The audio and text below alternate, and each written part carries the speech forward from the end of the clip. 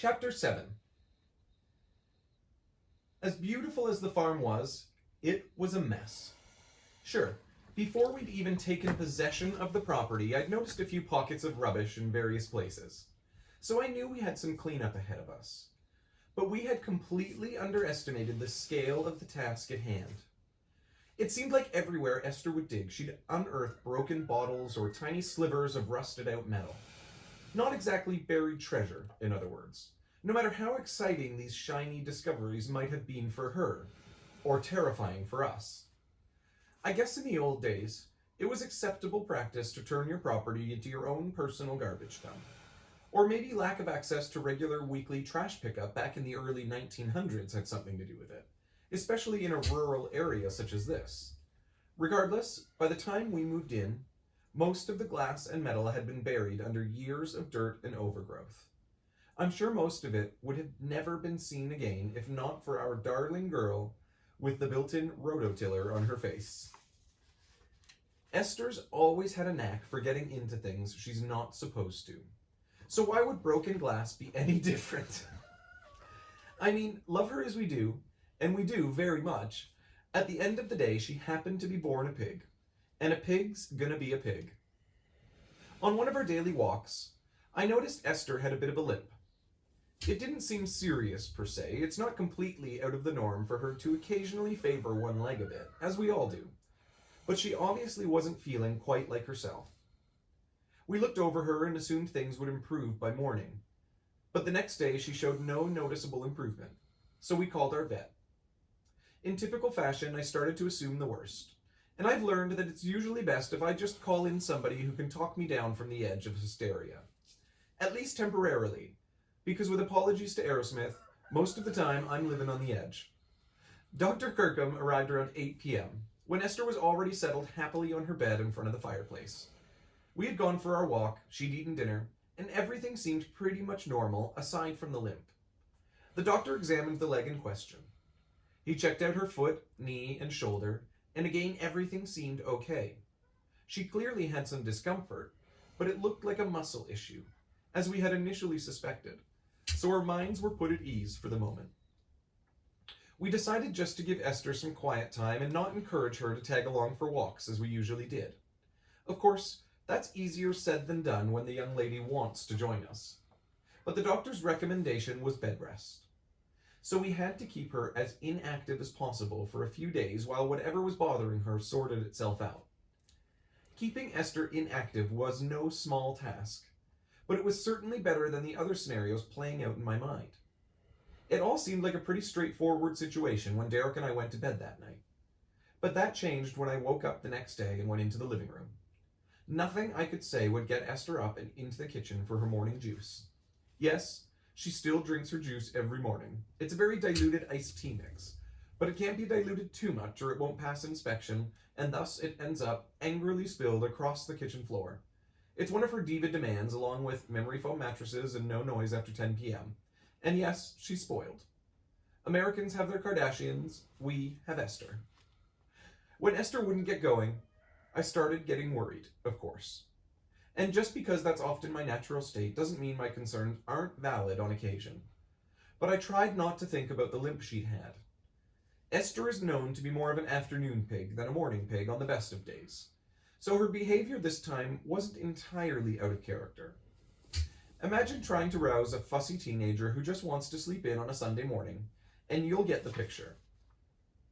I got behind her and started gently but firmly poking either side of her butt with my index finger, saying, "Come on, boo-boo, piggy breakfast time." She hates being prodded out of bed, so I knew that would get her moving, and it definitely did.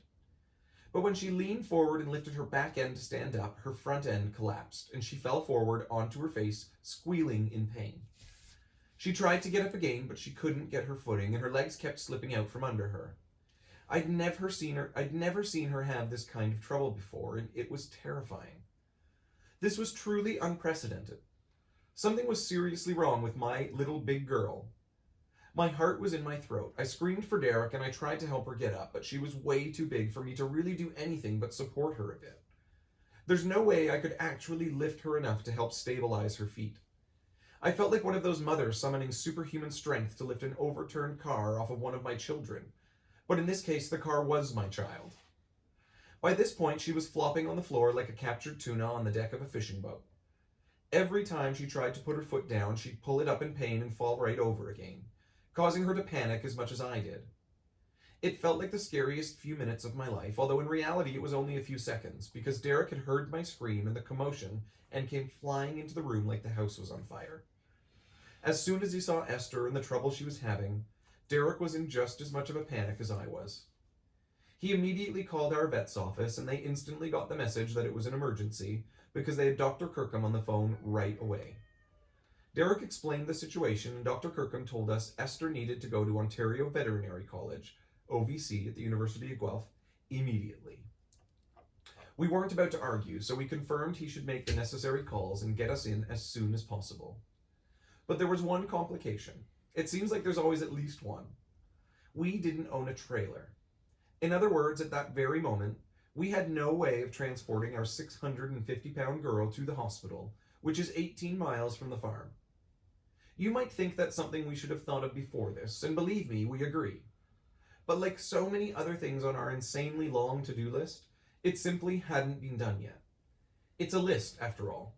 You cross things off as you go, as quickly as you reasonably can, and that one was still on there. It hadn't seemed like a big deal, until it was suddenly the greatest concern we could imagine.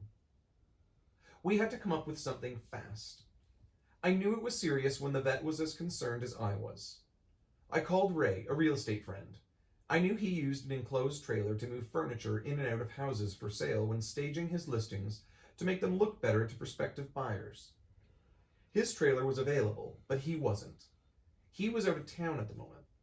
We had to call around to find someone who could get to Georgetown and pick up the trailer, then drive to Campbellville to pick up the three of us, and then drive at warp speed, but really safe warp speed, to the hospital. In total, it would be about an hour and a half of driving, depending on where the person lived who agreed to do it. Derek and I are really lucky because we have the most amazing friends in the world. After just a few phone calls, we found someone who dropped everything to help us out. While we were zipping across town to pick up the trailer, our vet was making arrangements with the hospital. He called while we were still on our way to Georgetown, letting us know that OVC had agreed to take Esther that same morning, but there were 3 conditions that came along with the agreement. We couldn't take photos, we couldn't bring guests, and we couldn't spend the night. It seemed our reputation had preceded us, but I knew there was no choice. I agreed to their rules, even though I had no intention of following one of them. No guests? Okay. No photos? Fine. But leaving her alone in a strange place with strange to her people, that was not going to happen. Not in a million years. I think Dr. Kirkham knew I felt that way too, but he had to relay what OVC told him, and he knew I had to agree, at least until we got there. Formalities. We finally got the trailer, made it back to the farm, and got Esther loaded up. Remarkably, given her condition, that wasn't too tricky. We backed up the trailer right to our back deck by the sliding door, and then dropped the ramp directly onto the deck itself. Esther didn't even have to step up to get into the trailer. It was a straight line and as easy as we could possibly make it for her. With a little encouragement, she hopped and hobbled into the trailer without argument, but every step broke my heart a little more because I could tell that every step she took was torture. We'd prepared the trailer as best we could with plenty of straw and some of her favorite blankets, so she would be as comfortable as possible. As soon as all 4 of her hooves were in the straw, she laid down with a big sigh. Derek and I followed her in and lay beside her, riding in the trailer with her for the entire trip. On the way to the hospital, I called our close friend, Krista, who has worked in animal rescue. I just wanted to let her know what was going on, but our brief conversation turned into her giving me a 20-minute speech about how much money the animal agriculture industry donates to OVC, the testing that goes on, and ultimately where she believed OVC's interests lay. By the end of the call, Krista had me convinced that OVC was basically working for the animal agriculture industry, and that the people there would kill Esther at the earliest opportunity they got. It was the last thing my overactive imagination needed to hear. I'm sure Krista had not intended to upset me, but she's such an encyclopedia of information. She often answers my questions a little too well. And like most of what goes on in the world of animal agriculture, it's almost better when you don't know the truth. The world seemed like a much kinder place when I lived in my bubble. Every time I learned something new about what our laws have deemed to be acceptable practice, I realized how cruel we humans really are.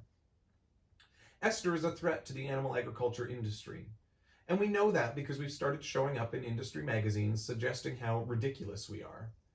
And after that conversation with Krista, I felt like I was handing Esther over to the enemy. My panic level jumped off the charts in a heartbeat, and because I arrived at the hospital fresh off the phone with Krista, and emotional because my baby girl was lying in agony on the floor of a trailer, I admit I was no peach to deal with. At the hospital, I questioned everything the doctors said. I even called Susie Costin at Farm Sanctuary and Rich Hoyle from the Pig Preserve to ask for their thoughts on every little detail. I'd tell them what the doctor had said, what medication he wanted to use, or what procedures he was considering. Then I'd go back to the medical team at OVC and say, well, Susie says this, or Rich says that. I was basically every doctor's worst nightmare, animal doctor or otherwise. Keep in mind that this is one of the best veterinary schools in the world, and here I was questioning the physician's every move. Things really came to a head when they said they wanted to sedate Esther for x-rays. That's when my mind went into overdrive and I basically lost it. Aside from the typical health concerns that come with pigs, another very serious issue is hyperthermia, which just means dangerous overheating. That can happen to pigs when they go under general anesthesia. Sometimes there's nothing you can do to bring the temperature back down, and there has been very little research and scant knowledge about why this condition happens or how to know if the animal is at risk for it. This is it, I thought. This is how they're going to kill her. I pleaded with the doctor to try the x-rays without sedating her. At this point, they were still just trying to figure out what the problem was. I knew they would need to sedate her if they found she needed surgery, and at that point, we'd accept the associated risks of sedation because it would be necessary. But I couldn't stand the thought of taking the risk for a simple x-ray. Unfortunately, Esther had been a bit snappy during her initial examination, so despite my pleading, the doctor wasn't willing to do the x-rays if she wasn't sedated. The doctor started rattling off reasons she had to be sedated. His tone was progressing from slightly annoyed to downright fed up. I could tell I was losing the battle, so I played my final card. I had been holding back tears since we first arrived, and I finally just gave in and let them go. I literally burst into tears like I had lost the love of my life. I'm talking full-on wailing. Just give me a few minutes to try, I sobbed. If I can't get what you need, we'll do it your way, no questions asked. Just let me try. The doctor looked a bit taken aback. I'm sure he didn't know what to make of the whole situation. Let's be honest. This had to be the first time he'd ever seen a grown man erupt into borderline hysteria, sobbing and begging because he didn't want a pig sedated. For a few seconds, he looked like he wanted to object. But I think he realized this was no everyday pig, and this wasn't going to be a normal case by any means. He finally said, "You've got 20 minutes. Then he turned and walked away with the rest of the medical team. A few minutes later, the x-ray technician showed up with a lead vest and a handheld machine that looked like a big two-handled Polaroid camera. It came with square cartridges that held the film. I had to place the film behind Esther's leg, then get her to hold still long enough for me to grab the camera thingy and take the picture. It wasn't just a matter of put the film in and snap a quick photo. They needed multiple angles and the film had to be placed in the perfect position or it wouldn't capture the image they needed. Esther was restless, but she had been given pain medication, so I knew she was feeling at least a little bit better. I tried using foam wedges to hold the film at the proper angle. I'd get it all jimmied in place just perfectly, grab the camera, get ready to take the x-ray, and then Esther would adjust her leg and knock it all over. It seemed like another losing battle, and I had wasted almost half of the film cartridges they brought me without getting a single usable picture. Derek was the only other person who could come into her stall without Esther getting all paranoid that she'd be jabbed with yet another needle. So he was trying to keep her distracted while I gave it one last attempt. I laid down the foam wedge and placed the film on top of it. Then, ever so slowly, I slid her leg up onto the film without having to lift it at all. I grabbed the camera and got my first successful shot, finally. I repositioned everything to try for the next few angles, and although I did waste a few more film cartridges, I eventually managed to get clear shots of every angle they needed. And I did it without any sedation. For Esther, I mean. For all I know, the doctor stuck me in the neck with something really quickly to calm me down. Not really, of course, but I probably could have used it. So that all went well. One little victory. And then we got the bad news. The X-ray results confirmed our worst fears. Esther had developed an abscess in one of her toes, and it was dangerously close to what they call the coffin joint. No kidding. Like, really? I'm supposed to remain calm when the very joint with a problem just happens to be named after a casket? Not ominous at all. At that point, it was already well into the evening, and both Derek and I were exhausted. The vet tech told us if the infection got into the bone, it could be a life-threatening situation. The only option was surgery, which they scheduled the following morning. In other words, Esther would have to sleep there that night. That's when I remembered the rules Dr. Kirkham had sternly conveyed from the hospital. No photos, no guests. I was weighing everything in my mind. How much of a pain did I want to be on our first night here? Did I really want to piss off the doctors before they even put my baby under the knife? Derek and I were sitting on the floor in the stall with Esther, trying to comfort her after what had been just as stressful a day for her. The stall itself was about 10 feet by 12 feet, with cinder block walls about 6 feet high and solid concrete floors padded with pine shavings over rubber mats. It looked like the stalls were set up mainly for horses or cows, because there were little metal hay feeders in the corner and heavy metal gates at the front that looked like they could contain a rhino. There was a row of about 6 stalls on one side and a milking rack on the other. Apparently, they would bring in dairy cows and use them to train students on using the equipment, examining animals, doing various tests, and so on. It was a stark reminder of what kind of facility we were in. I was glad all the other stalls and milking racks were empty. It was just the 3 of us in this section, and Derek and I finally had a moment alone to take a breath and wrap our heads around what was happening. I was laying next to Esther.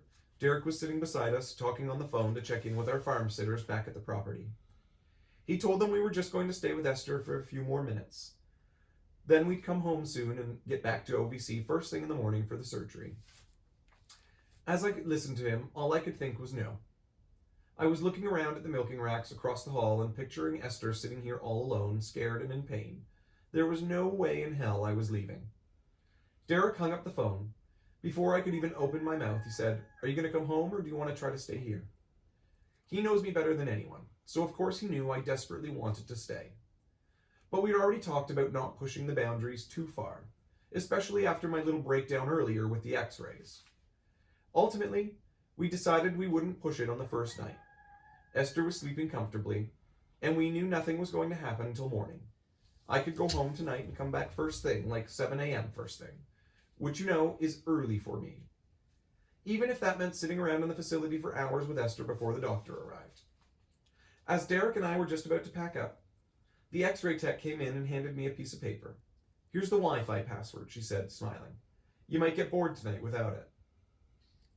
Turns out, we weren't the only ones who knew I didn't want to leave, and someone there understood. And so began my 9-day stay. Yes, you read that correctly. At the Hotel OVC. Derek gave Esther and me a hug and kiss goodbye, and then he went back to the farm, and the rest of our fur family, while Esther and I settled in to watch something on Netflix and try to get some sleep before the big day tomorrow. The following morning was surprisingly calm. I had managed to get some sleep, and Esther didn't move at all during the night, so I had to assume she did as well. She woke up around 8:30, but didn't even try to stand up. She had a big sign on front of her stall that said "No food," but I did my best to make sure she didn't see it. Derek arrived at 9, and the vet tech and doctor started shuffling in shortly after that. Her procedure would be later that morning. So we hung out with Esther in the stall and watched some more Netflix and waited. When the team of doctors and anesthesiologists arrived, Esther could tell something was up and started to get a bit fussy. She would watch everybody, and the minute someone opened the stall door or came too close, she would grunt and start to squirm. The doctor finally came in to start the sedation process, which began with a nasal mist we administered to her ourselves. Esther trusted us, but there's no way she was going to let the doctor put a syringe up her nose. Step 1 went really well. The grunting slowed, and her reaction to people entering the stall all but stopped. It seemed like a good time to administer the needle that would take her sedation to the next level and allow them to insert a catheter into her ear for general anesthesia. The doctor prepared the needle and went behind Esther so he could stick her in the butt. He got the needle in, but before he could depress the plunger to administer the drug, Esther came to life and shot up like a freight train. The needle remained in, but it was hanging off her butt while she paced and squealed at the gate to get out. My calm state went right out the window as panic once again set in. The doctor managed to get a hold of the syringe and inject the medication, but Esther wasn't going down easily. Her adrenaline was too high, and she fought the effects of the medication. It took about 20 minutes for her to finally lay down, which she did with her snout against the gate. The whole experience was so sad, and it did nothing to make me feel any better about what was going on. The hardest thing with animals is knowing they don't understand what's going on, and there's no way to communicate with them that you're doing something to help them. She was so scared, and we knew all she wanted to do was run away. We knew this was for her own good. She had no idea. All we could do was try our best to comfort her and each other. When she was finally down and the doctors got the catheter in, Derek and I took a quick walk to get some air and let the doctors do their thing. When we returned a few minutes later, they were already well underway with the surgery, clearing the infection from Esther's hoof. They drilled out the bottom of the hoof all the way up to the bones in her knuckles. They also inserted a port above her ankle to let any fluids drain out. They cleaned the area, then packed it with gauze and taped it all up. The procedure itself was very straightforward and didn't take more than an hour. Despite how traumatic the situation was, the procedure went smoothly, and we were thankful for that. Esther's waking up after surgery, however, was a whole different story. At first, the process was going according to plan. By 2 p.m., she was opening her eyes and starting to move her legs. She'd yawn and move her tongue around, licking her lips. Everything seemed fine, so much so that Derek went back to the farm for a bit. I was just sitting on the floor in the stall beside Esther, talking to her, making sure she knew I was there. A few hours passed, and all was relatively peaceful given the events of the past 24 hours. Then, everything went to hell. It was around dinner time. Esther suddenly started panting. Her breathing was labored, and she started frantically moving her legs as if she were running in place. It seemed she was panicking, and it scared the shit out of me. I was afraid it was hyperthermia. It can be deadly, and sometimes once it starts, it can't be stopped. I screamed for the vet techs. I ran to the end of the hall and grabbed the first person I saw. I explained to her what was happening, and she raced off towards another wing of the hospital to get someone else. When I got to Esther, she already looked worse. I could feel her skin getting warm to the touch, and she looked flushed all over. Her breathing was more rapid, and her mouth was wide open. 2 vet techs came running in with rubbing alcohol and started dumping it all over her. They opened the outside door to bring down the temperature of the ward and brought in 2 big box fans, pointing them at her. They placed others around the stall to keep the air circulating. I know I've said this type of thing before, but this time I mean it. These were honestly the scariest few hours of my life.